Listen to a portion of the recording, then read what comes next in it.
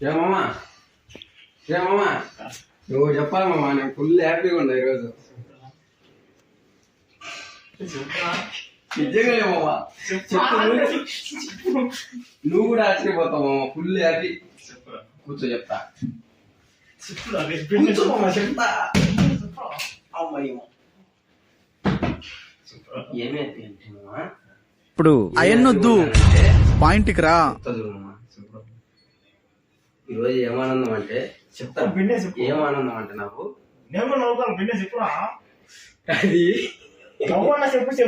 చెప్తా చూడు మా. ఏం ఫిక్స్ అయినా అంటే ఒక్కటే చెప్పాలి నీకు. చెప్పురా. ఏం లేదు, నిద్రపో. సంకనాగిపోద్ది జీవితం అంతా.